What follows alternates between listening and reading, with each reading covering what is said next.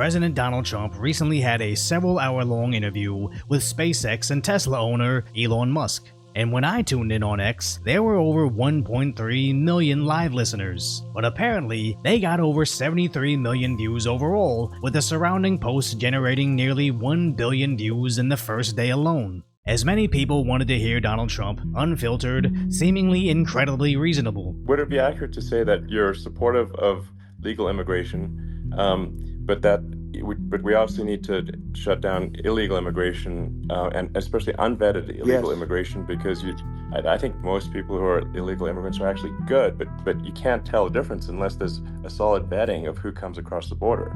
Does that accurately represent your position? I say it very simply. They have to come in legally. So after the DDoS attacks on X's servers, Kamala's campaign set out the media's marching orders of Trump slurring, which they were proudly parroting. In his rhetoric last night than he has been on the rally stage. At times he seemed to sort of slur his words a little bit. And as USA Today repeated their Trump slur slogan, they also painted Elon as fascism curious. But they were far from the only ones bashing them both, as basically the entire corporate dinosaur media rushed in to repeat the same two talking points. So before we get into breaking down their over 2-hour-long conversation into just the highlights and how the left is completely melting down over it, I just want to point out how detached the traditional media is from reality, because if 73 million people listen to this speech live, it would be stupid to think they'll believe their lies about something they just listened to for themselves, as more and more people are just tuning out the nonsense that is the mainstream media. That's why it's great we have the sponsor for today's video,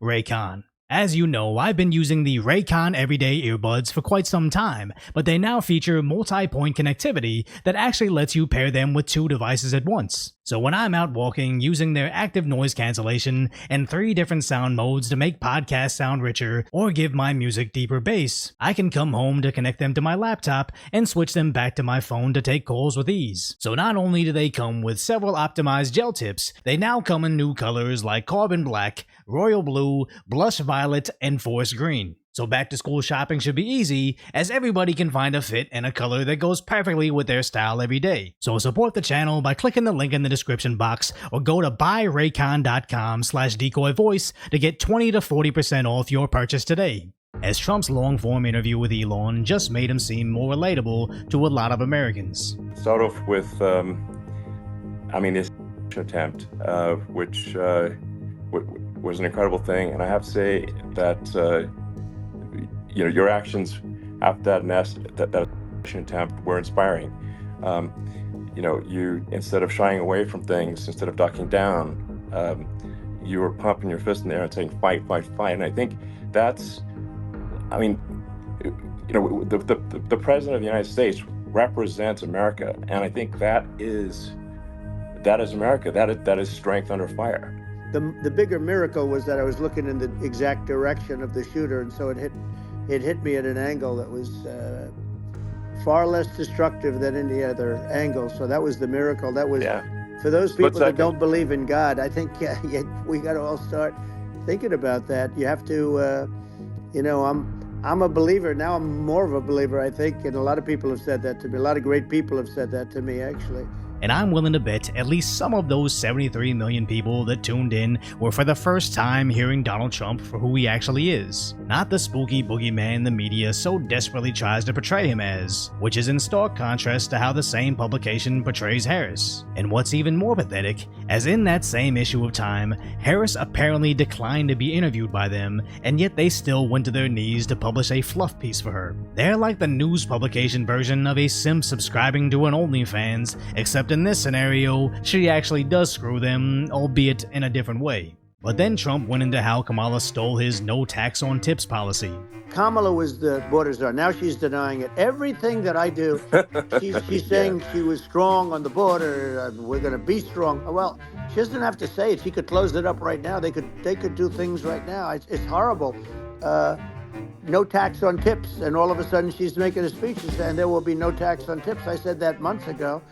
And by the way, they had just the opposite. They had not only tax on tips, but they hired 88,000 IRS agents, and many of them were assigned to go get waitresses and caddies and all of this. And it's true. Back in June, Trump was saying this. I will be saving Social Security, and I'm going to work it out that there's no tax on Social Security for seniors. I'm also doing no tax on tips. No tax on tips. Going to restaurants, leaving huge tips. I'm going to give you $500. You guys all split it up. Thank you. Writing in bold text, vote Trump, no tax on tips. But somehow now, Kamala's saying the same thing. And eliminate taxes on tips for service and hospitality workers. Despite being the deciding vote on a bill hiring all those IRS agents. The yeas are 50, the nays are 50. The Senate being equally divided, the Vice President votes in the affirmative, and the bill, as amended, is passed. So when they pressed the press secretary about it, over the weekend, Vice President said she followed former President Donald Trump in saying she would support a proposal that would not tax tipped wages. Absolutely. Look, this is something that the president supports.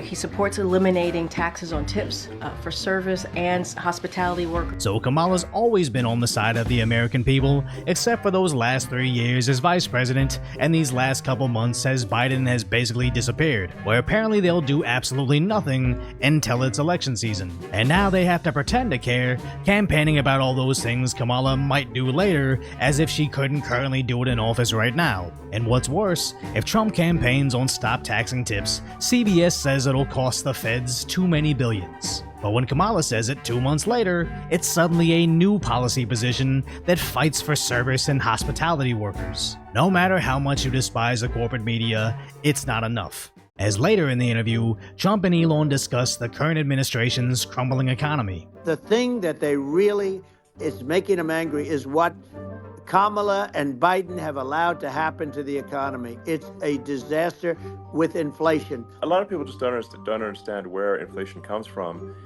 Inflation comes from government overspending because the checks never bounce when it's written by the government. So if the government spends far more than it brings in, that increases the money supply. And if the money supply increases faster than the rate of goods and services, that's inflation.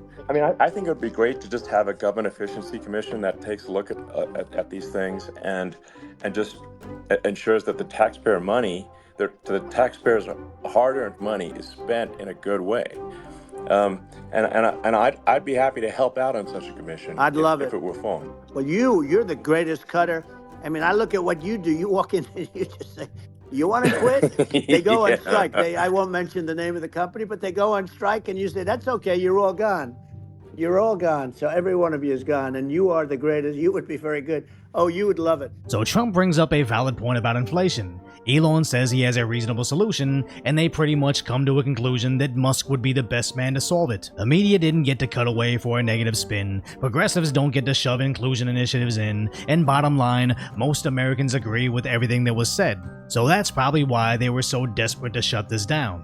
Elon Musk is slated to interview Donald Trump tonight on X.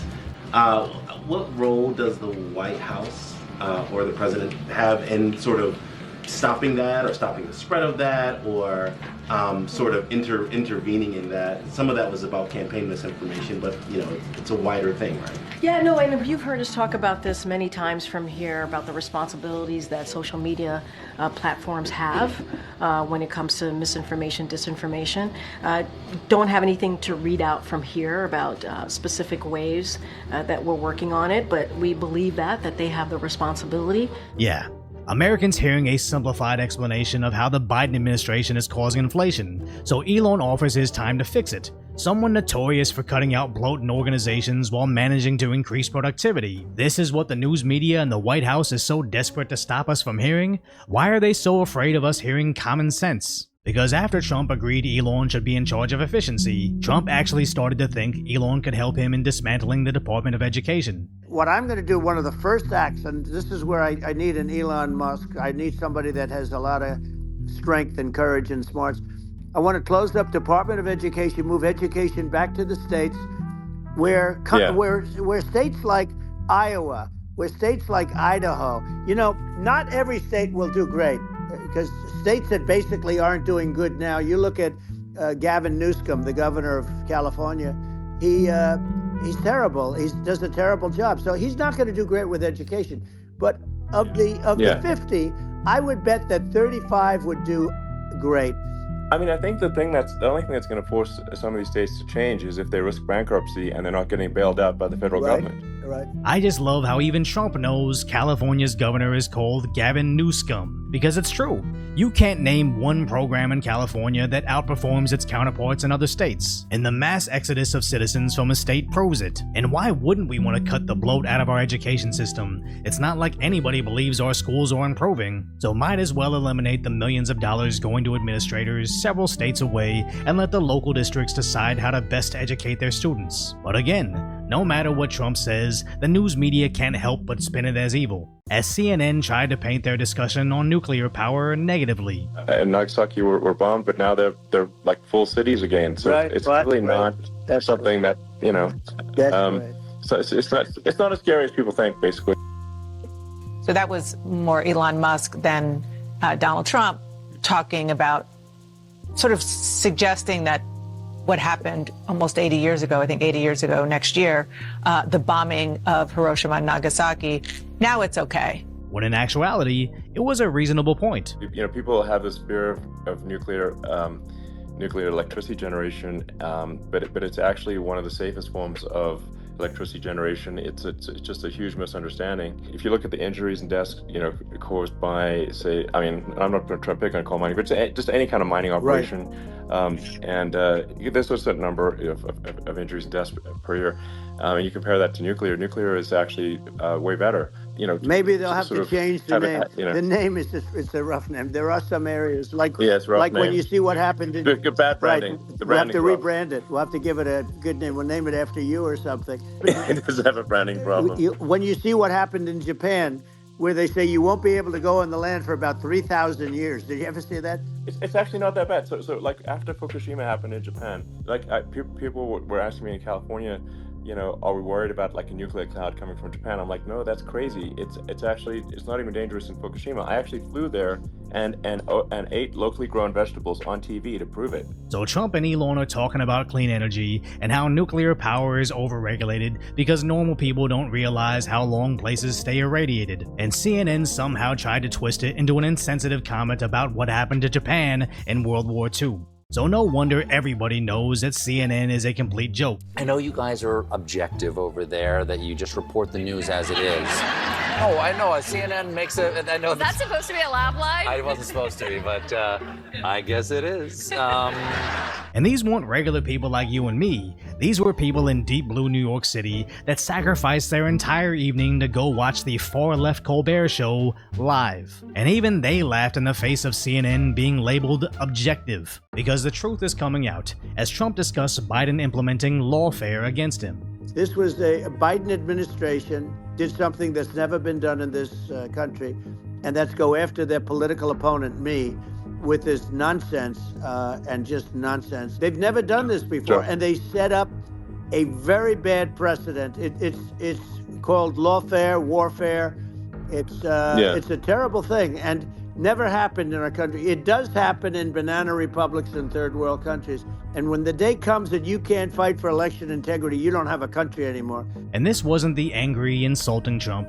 This was the president sharing what's happening to our country and our democracy. And after the mugshots and the 34 felony convictions, based on the $50 million of donations Trump received, most Americans agree this was just lawfare, as Elon's recap of Trump's platform is something a majority of Americans would agree on.